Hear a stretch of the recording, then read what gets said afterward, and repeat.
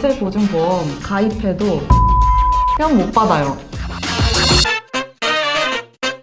안녕하세요. 돈플리의 영주 수정입니다. 최근 빌라왕 사망 사건이 큰 이슈가 됐죠. 전세보증보험에 가입하고도 보증금을 받지 못하는 피해 금액이 300억 원에 이르고 있습니다. 가입조차 하지 못한 임차인을 포함하면 총 2천억 원이 넘을 것으로 예상되는데요. 집값과 전세값의 하락으로 이 보증금의 문제가 점점 더 심각해지고 있는데요. 보증금을 돌려주고 싶어도 전세금 반환 대출이 안 되거나 자금이 부족한 분들이 많죠. 네, 이럴 때 도움을 받기 위해 전세보증보험에 가입을 하는 건데요. 가입한다고 해서 무조건 보험금을 받을 수 있는 것은 아닙니다. 보증이행 심사에서 거절을 받으면 보증보험료를 꼬박꼬박 내고도 받지 못할 수 있어요. 2021년에는 보증보험 이행 거절이 29건이었고 올해 1월부터 8월까지는 50건 정도가 발생을 했습니다. 최근 5년간 가장 높은 수치인데요. 그래서 오늘은 전세보증 이행 거절에 어떤 사례가 있는지 알아보고 예방하려면 어떻게 해야 하는지 말씀드려 볼게요.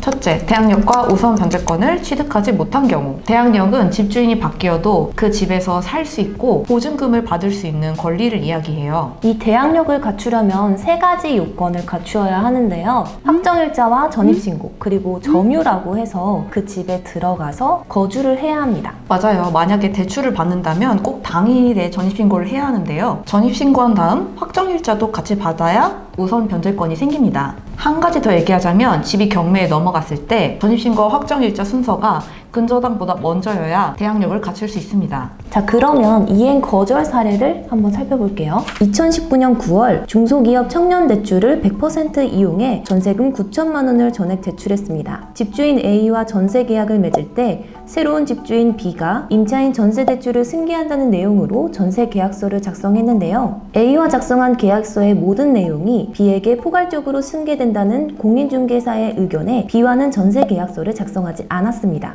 9월 22일에 이사를 하고 26일에 전입신고를 했어요. 2020년 9월 집주인 B가 자신의 법인인 C로 명의를 바꿨습니다. 이 집주인 B의 공사업체에서 대금이 들어오지 않아 이 집에 압류가 걸렸는데요. 세입자는 이 사실을 알았지만 보증보험을 가입했기 때문에 개의치 않고 전세 기간이 만료됐을 때 보증보험 이행을 신청했으나 이행이 거절당했습니다. 여기에서 문제점은 뭐가 있을까요? 우선 첫 번째 문제점은 집주인 B로 바뀌었을 때 공인중개사분의 말만 듣고 새로 전세 계약서를 작성하지 않은 것이에요. 굉장히 위험한 행동이고 무조건 갱신을 하거나 신규 계약서를 작성을 해야 합니다. 그리고 두 번째는 전입신고를 바로 하지 않았다는 것이 가장 큰 문제인데요. 9월 22일에 이사를 했는데 한 4, 5일 뒤에 전입신고를 해서 문제가 된 케이스입니다. 압류가 잡힌 건 전입신고 1년 뒤의 일이잖아요. 임차인의 전입신고가 더 먼저임에도 우선 변제권이 생기지 않았어요. 압류가 언제 잡히든 상관없이 대출 실행일에 전입신고를 하지 않은 것이 문제가 된 거죠. 이 허그에서 좀 문제가 없는지 좀 확인을 해주면 좋을 것 같은데 좀 적극적인 대응이 없었던 게 좀 아쉽습니다. 안타깝지만 개개인이 조심을 하는 수밖에 없습니다. 만약 동사무소에 갈 시간이 없다면 민원 24로 신청을 할 수 있는데요. 이때 신청 시간도 굉장히 중요합니다. 오후 5시처럼 조금 늦은 시간에 신청을 하면 담당자가 늦게 민원을 처리해서 다음 날로 미뤄질 수 있거든요. 그러면 전입신고일도 같이 미뤄지기 때문에 주의하셔야 합니다. 그럼 만약에 전입신고 당일에 집주인이 바뀐 거예요. 그건 어떻게 될까요?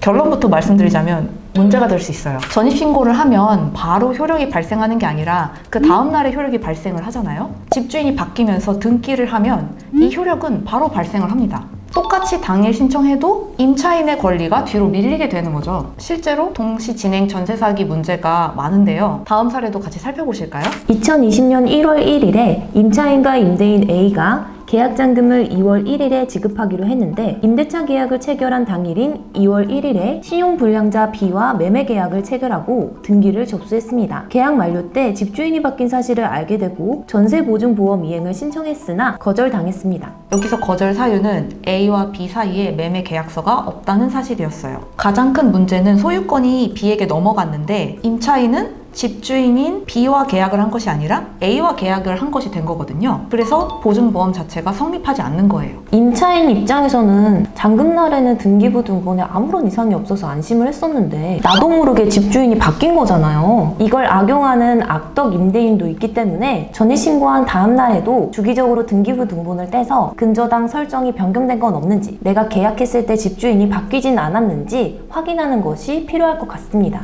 매도인과 매수인, 세입자가 3자 대면을 해서 모두가 동의한 전세 계약서를 작성하고 소유권 접수를 전세잔금 다음날 이후로 설정하는 것이 최선일 것 같습니다. 그렇다면 특약에 넣을 만한 거는 없을까요? 매매 중인 계약임과 동시에 제한 물건에 대해서 잔금일 이 길로 특약을 넣는 게 좋고요. 집주인이 바뀔 경우 보증금을 새로운 매수인이 인도한다는 내용, 즉 채무를 인수한다는 특약이 있어야 보증금 반환이 가능해요. 이외에도 매매 계약서에 매매 대금과 전세 보증금의 차이가 없는지 확인해야 합니다. 네 번째로 세금 등 체납 내역도 확인을 해야 하는데요. 경매에 넘어가면 대항력을 갖춘 임차인보다 국세 배당 순위가 더 먼저예요. 만약에 고액 체납자라면 배당 순위가 낮은 임차인에게 돌아갈 돈이 없겠죠. 그래서 계약 시 미납된 세금을 확인하는 것이 꼭 필요합니다. 근데 미납국세는 임대인의 동의 없이는 볼 수가 없잖아요. 보여주기 싫은데? 하면은 볼 수가 없는 거 아닌가요? 네, 맞아요. 원래는 그랬었죠. 그런데 요즘 이를 이용한 전세 사기가 매우 심각하다는 것을 정부에서도 인식을 했어요. 내년 4월부터는 집주인의 동의 없이도 이 미납된 내역을 확인할 수 있다고 합니다. 만약에 미납된 문제를 발견했을 경우 위약금 없이 계약을 취소할 수 있는 방안도 검토 중이라고 합니다. 그리고 집이 경매에 넘어갔을 때 일부 보증금은 세금보다 먼저 받을 수 있는 권리가 생기는데요. 보증금의 확정 일자보다 법정 기일이 늦은 세금에 대해서는 보증금을 우선 주겠다는 뜻입니다. 이외에 최근 부동산 등기법에 대한 개정안이 발의가 됐는데요. 납세자가 국세 등을 납부하지 못했을 때 등기부 등본에 이에 대한 내용을 표시하는 법안입니다. 만약 의결된다면 국세 미납으로 인한 피해가 줄어들 것으로 예상됩니다. 두 번째는 임대인 변경,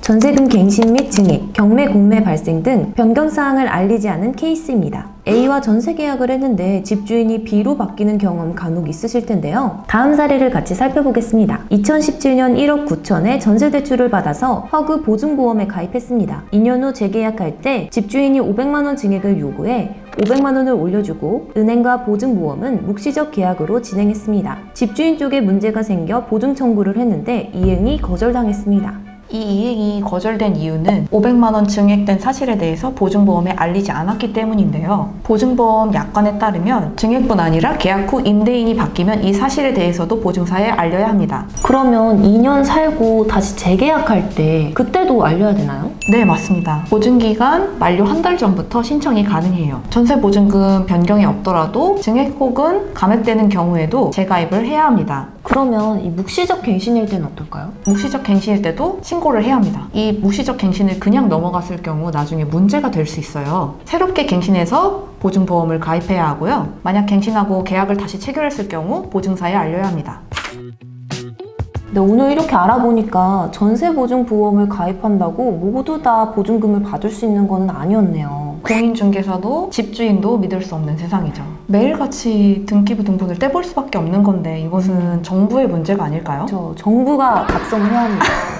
법은 없는 사람이 아니라 있는 사람의 편인 것 같아서 많이 씁쓸합니다. 그래도 우리 존재 파이팅 힘내요. 그래도 지금은 임차인인 우리가 좀 조심을 하는 게 좋겠죠. 항상 허그나 집주인과 얘기를 할 때는 문자나 통화, 이메일 같은 거 꼭 기록으로 남겨두시는 거 잊지 마세요. 네, 오늘 내용도 보시고 궁금하신 사항 있으시면 밑에 댓글로 달아주세요. 안녕. 저희 안녕하세요를 같이 해요? 아니면? 제가 하나 둘 셋 할게요. 하나 둘 셋. 안녕하세요.